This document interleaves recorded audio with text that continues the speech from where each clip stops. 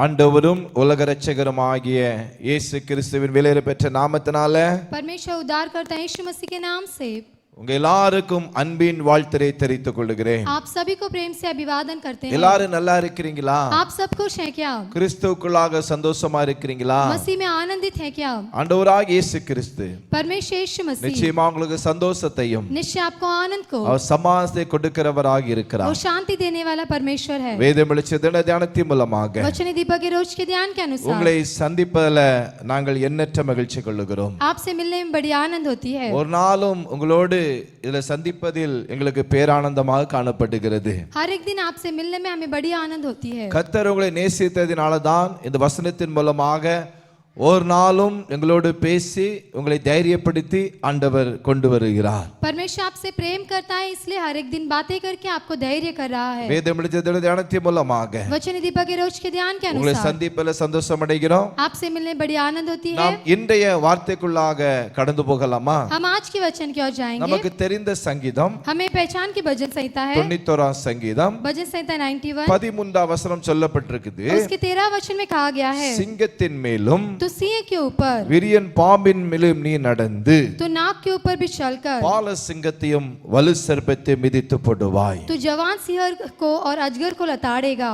இந்த உலகத்துல நமக்கு எதிரான பிசாசுகள் பிசாசின் கிரியைகள் செயல்பட்டு கொண்டிருப்பதை பார்க்க முடிகிறது. इस संसार में हमारे विरुद्ध शैतान और शैतान की क्रियाएं काम करती है.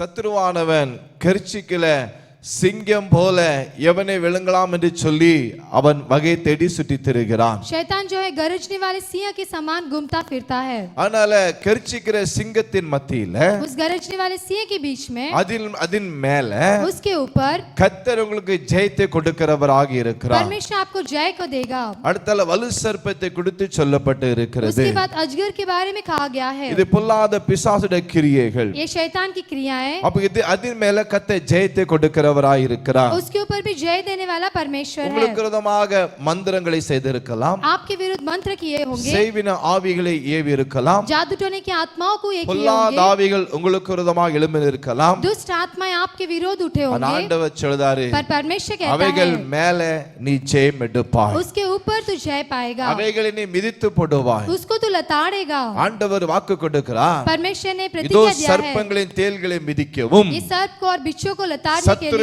சகல வல்ல முறியடிக்கவும் शैतान के सभी कार्यों को नष्ट करने உங்களுக்கு அதிகாரம் கொடுக்கிறேன். मैं तुम्हें अधिकार देता हूँ. அவைகள் ஒன்றும் உங்களை மேற்கொள்வதில்லை. वो कोई आपके ऊपर प्रबल नहीं உங்களை करेंगे. மேற்கொள்ளாது. आपको प्रबल नहीं कर सकती. ஆண்டவராகிய இயேசு கிறிஸ்து यीशु मसीह जो है உங்களுக்கு ஜெயத்தை கொடுத்து आपको जय को உங்களை देकर ஆசீர்வதிப்பதற்கு போதுமானவராய் இருக்கிறார். आपको आशीष करने के लिए काफी அதனால है. கலங்காதீர்கள். इसलिए व्याकुल मत होइए. ஆண்டவர் உங்களுக்கு ஜெயத்தை கொடுத்து परमेश्वर आपको जय को இந்த देकर நாள்ல इस दिनों में ஒரு பெரிய ஒரு மாறுதலை கட்டளையிடும்படியாக एक बड़ी बदलावट को உங்களுக்கு लेकर கிருபை आने செய்வாராக. आपको अनुग्रह करेगा. நாம் ஜெபிக்கலாமா? हम प्रार्थना करेंगे. அன்பின் பிதாவே நன்றி செலுத்துகிறோம். प्यारे पिता आपको धन्यवाद करते உம்முடைய हैं. கிருபைக்காக நன்றி. आपके अनुग्रह के लिए இன்றைய धन्यवाद. கொடுத்த வசனத்துக்காக உமக்கு ஸ்தோத்திரம். आज दिए वचन के लिए धन्यवाद. சிங்கத்தின் மேலும் सिंह के ऊपर பாம்பின் மேலும் सर्प के ஒரு ऊपर ஜெயத்தை एक जय को பிள்ளை கட்டளையிட வேண்டும் என நாங்கள் ஜெபிக்கிறோம். आपके बच्चों को देने के लिए हम प्रार्थना करते தாழ்த்தி हैं. அர்ப்பணிக்கிறோம். अपने आप को देन करते இயேசு हैं. மூலம் ஜெபங்களும் அருமை பிதாவே. यीशु के नाम से मांगते पिता. ஆமென். आमीन. ஆமென்.